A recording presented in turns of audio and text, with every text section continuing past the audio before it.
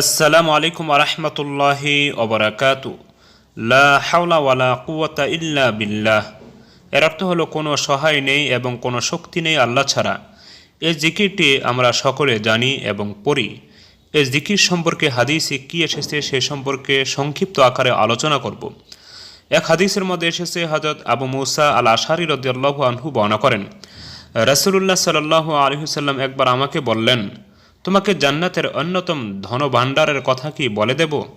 আমি বললাম, অবশ্যই বলে দিন হে আল্লাহর রসুল। তিনি বললেন, লা হাওলা ওয়ালা কুওয়াতা ইল্লা বিল্লাহ। অপর হাদিসের মধ্যে এসেছে, হযরত হাজিম ইবনে হারমালা রাদিয়াল্লাহু আনহু বলেন, আমি নবী সাল্লাল্লাহু আলাইহি ওয়াসাল্লামের নিকট দিয়ে যাচ্ছিলাম।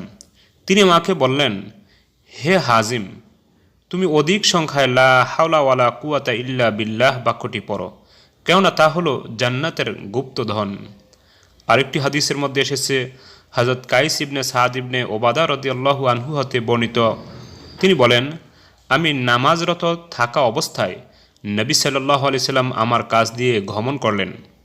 তিনি নিজের পা দিয়ে আমাকে আঘাত করে ইশারা করলেন, আমি তোমাকে কি জান্নাতের দরজাগুলোর একটি দরজা সম্পর্কে জানাবো না? আমি বললাম, হ্যাঁ। তিনি বললেন, লা হাওলা ওয়ালা কুওয়াতা ইল্লা বিল্লাহ। সুপ্রিয় দর্শক, লা হাওলা ওয়ালা কুওয়াতা ইল্লা বিল্লাহ বেশি বেশি পাঠের কথা হাদিসের মধ্যে এসেছে, এবং লা হাওলা ওয়ালা কুওয়াতা ইল্লা বিল্লাহ জান্নাতের দরজাসমূহ থেকে একটি দরজা। লা হাওলা ওয়ালা কুওয়াতা ইল্লা বিল্লাহ হলো গুপ্তধন জান্নাতের।